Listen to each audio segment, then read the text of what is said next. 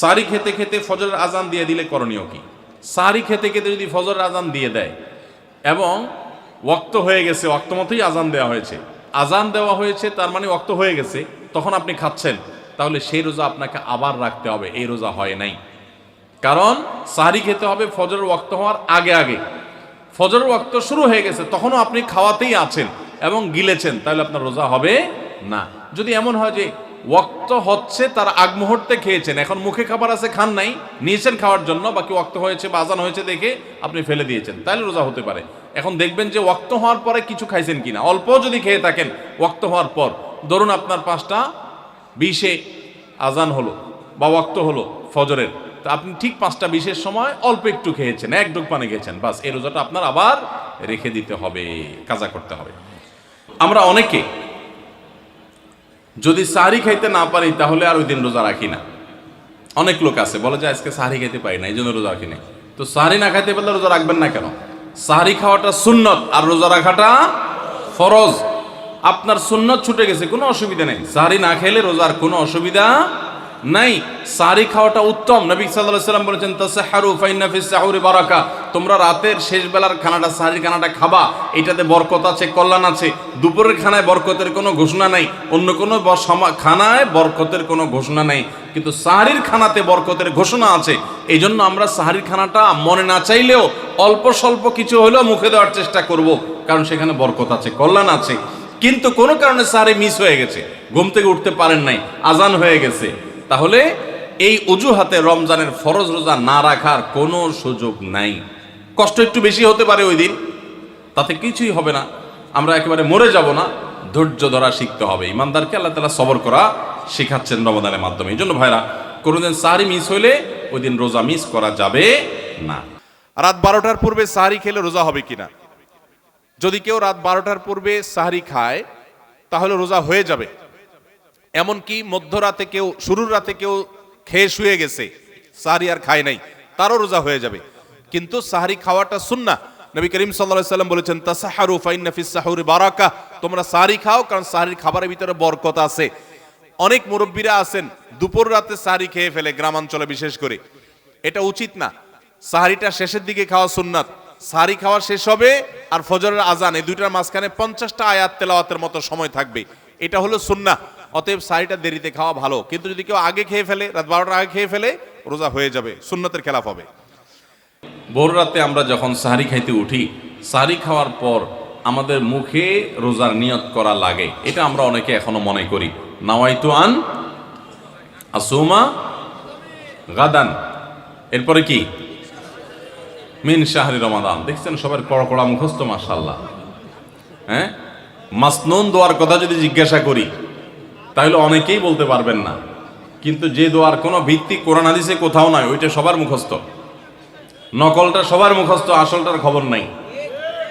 রমজান মাসে বা রমজানের বাইরে কোনো সময় রোজার নিয়ত মুখে উচ্চারণ করা, এই যে নাওয়াইতু আন আসুমা গাদান মিন শাহরি রমাদান, আরো কি কি আছে, এরকম কোন দোয়া পড়ার কথা কোরআন কিংবা হাদিসে কোনো নির্দেশ আমাদেরকে দেওয়া হয় নাই। আপনি সাহারি খাইতে উঠছেন কি জন্য? রোজা রাখার জন্য।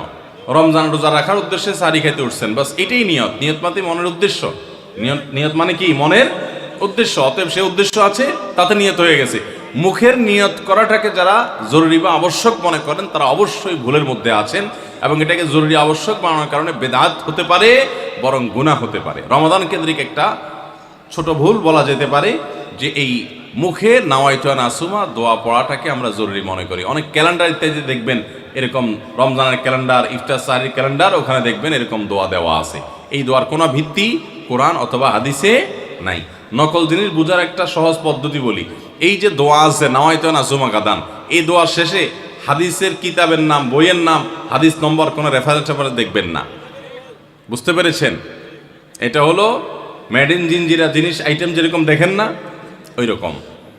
আমরা বেশিরভাগ মানুষ, শতকরা হয়তো 90%-এরও বেশি মানুষ, আমরা যারা রোজা রাখি, আমরা শুধুমাত্র পেটের রোজা করি। রোজাটা শুধু পেটের না ভাই, রোজাটা পুরো বডির, রোজাটা পুরো শরীরের, মাথা থেকে পা পর্যন্ত শরীরের প্রত্যেকটা অঙ্গের রোজা আছে। আমরা শুধু পান বা আহার থেকে, যৌনাচার থেকে বিরত থাকাটাকে রোজা মনে করি।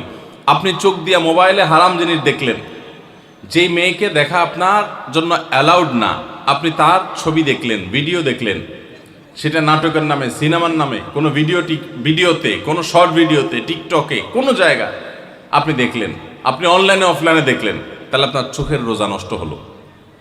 আপনার হাতের রোজা নষ্ট হবে যদি হাত দিয়ে কোনো গুনাহের কাজ করেন। পাও দিয়ে যদি কোনো অন্যায়ের পথে যান, পায়ের রোজা নষ্ট হবে।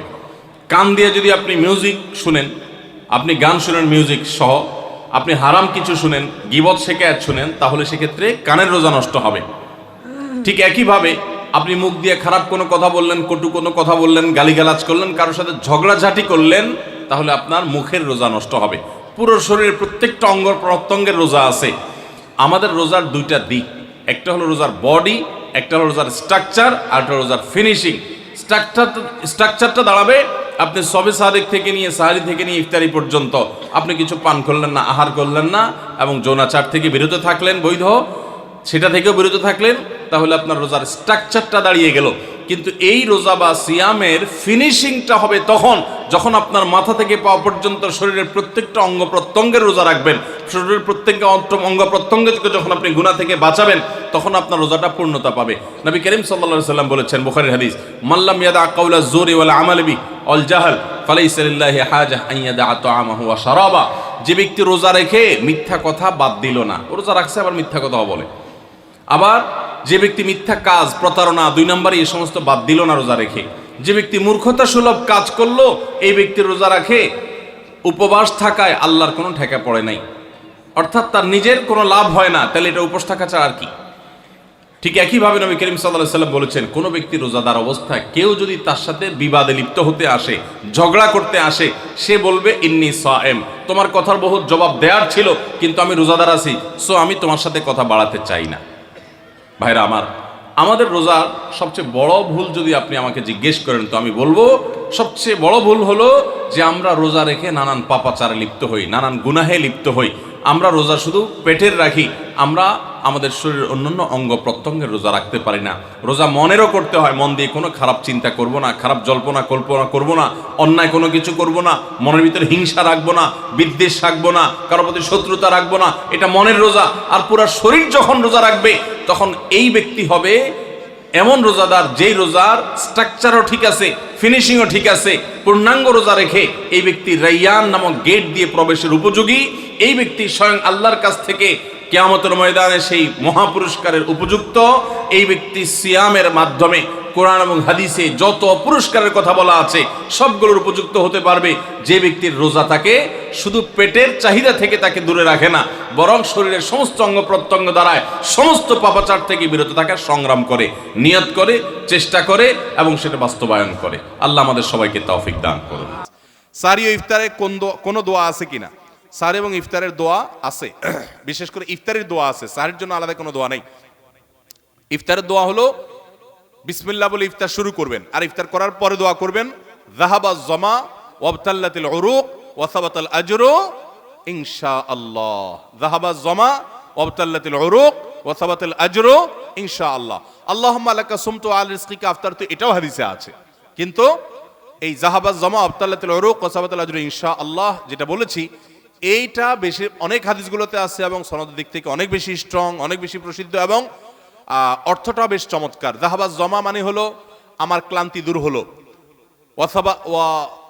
ওয়াবতাল্লাতিল উরুক মানে শিরাগুলো সব আর্দ্র হলো, যে পানি পান করেছি, ইফতার করেছি, এবং ওয়াসাবাতাল আজরু ইনশাআল্লাহ, আল্লাহর কাছে বিনিময় দাঁড়িয়ে গেছে ইনশাআল্লাহ। এটা ইফতার করার পরে বা কিছুটা খেয়ে তারপরে এটা পড়া সুন্নাত। যাহাবাজ জমা ওয়াবতাল্লাতিল উরুক ওয়াসাবাতাল আজরু ইনশাআল্লাহ। আর ইফতারির একবারে শেষের দিকে আপনার